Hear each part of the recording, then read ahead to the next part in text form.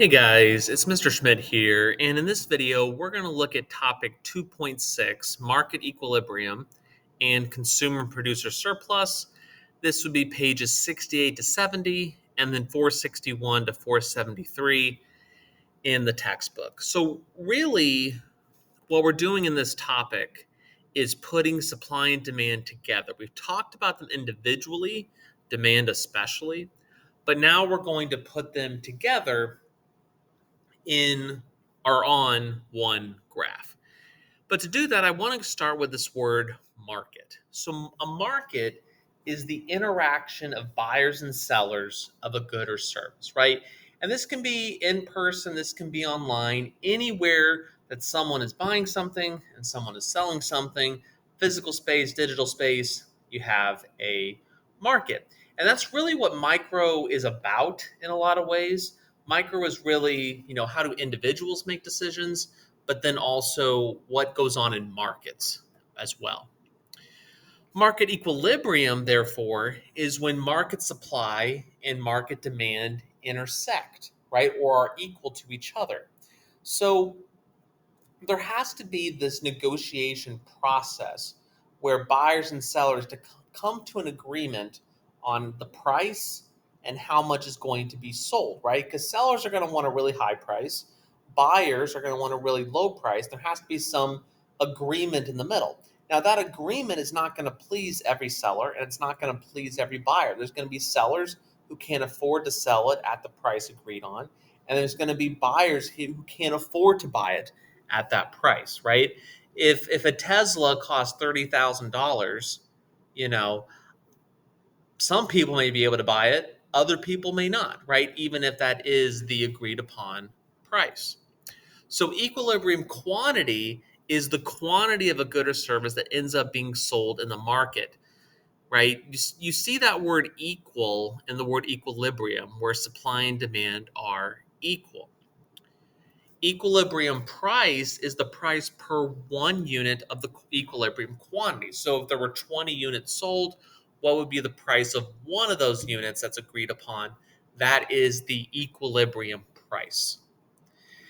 And so now we're going to put this together on the completed supply and demand graph that now shows the market for a good or service. So again, remember your labels. You have quantity and price. You're going to be drawing this graph a lot, by the way. And you've got your equilibrium quantity here, which I'm calling QE. You may see it referenced with different labeling, and then PE for the equilibrium price. And of course, where they intersect is your equilibrium point. So what's really important here is please make sure that we are labeling our graphs, because you don't want to lose points on a question because you don't have the label, right? These two labels, as I said before, sometimes you'll see them written a little differently. Maybe it's Q1 and P1. So just be used to different things, but they're going to mean the same thing: equilibrium price and then equilibrium quantity.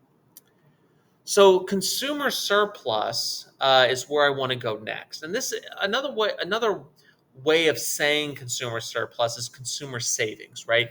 It's the maximum price the buyer is willing and able to pay minus the equilibrium price. So in other words, if you're willing to pay $20 for something, but you only have to pay $5, your consumer surplus is $15. We express consumer surplus in dollars because that's how much money you save, right? You were willing to pay 20, but you only had to pay 5, so you saved 15. And that's the idea of consumer surplus. Consumer surplus, importantly, cannot be negative. The reason is you're only going to get consumer surplus off something you buy. And if you don't want to buy it, you're not going to have any consumer surplus. Now, in terms of showing this with the model that we just created a moment ago, consider the consumer Bob, who's willing to pay $20 for this item. Notice the equilibrium price is only $10, so Bob's consumer surplus is 20 minus 10, which would be $10. So in other words, he is saving $10. Let's do that again with Tom. Tom is willing to pay 12. He only has to pay 10, so he saves $2. His consumer surplus is $2. Now, if there was a consumer anywhere over here below equilibrium, their consumer surplus, just like if they were at the dot, would be 0 because all of these consumers aren't going to buy it because they're willing to pay less than the equilibrium price. And this consumer that's willing to pay the equilibrium price will buy it, but they will get 0 consumer surplus because 10 minus 10 is 0. So, now sometimes you'll be asked to find total consumer surplus. In other words, what is the consumer surplus of every consumer put together? So, Tom's plus Bob's plus anyone else who is willing and able to buy it.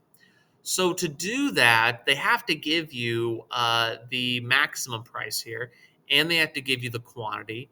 And so basically, it's going to be the area of this triangle because every single vertical line here, as far as my cursor's going, is a consumer, right? That's their consumer surplus. So if we add up all of these vertical lines together, we get that area. So it's the area of this triangle, 30 minus 10 for the height. The base is 10. So 1/2 the base times the height times the half is $100 for the total consumer surplus. So go ahead and take a second and try this practice question with consumer surplus and calculate total consumer surplus.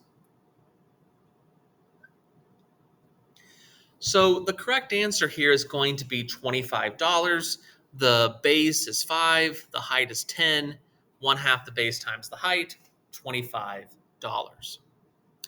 Now, just like consumers, producers or sellers also can have surplus when they get a higher price for their product than what they were willing to accept. So producer surplus is the equilibrium price minus the maximum price the seller is willing and able to accept. So if the seller is willing to sell their t-shirt for $10, but they get $25, their producer surplus is 15. Okay, so producer surplus is almost like it's like producer gain or sort of like producer profit. It's not the same thing, but if you want to kind of think like that, that's fine. But basically, what is the producer gaining on top of what they were willing to accept? Producer surplus cannot be negative.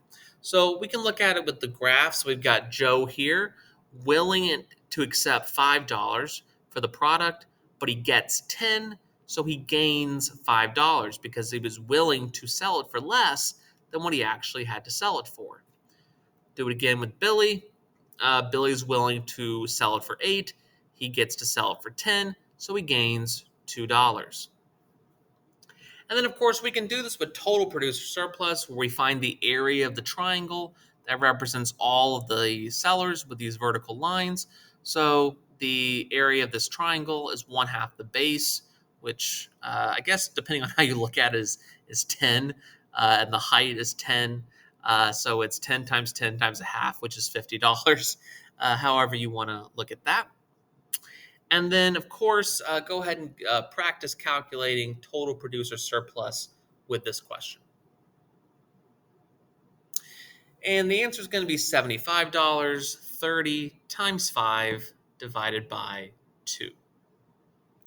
And then finally, total surplus is where you add consumer surplus and producer surplus together. So the total gains in the economy from both consumers and producers. And just like consumer and producer surplus, total surplus cannot be negative.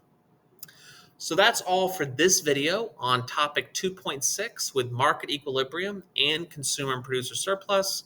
Until next time, have a great day.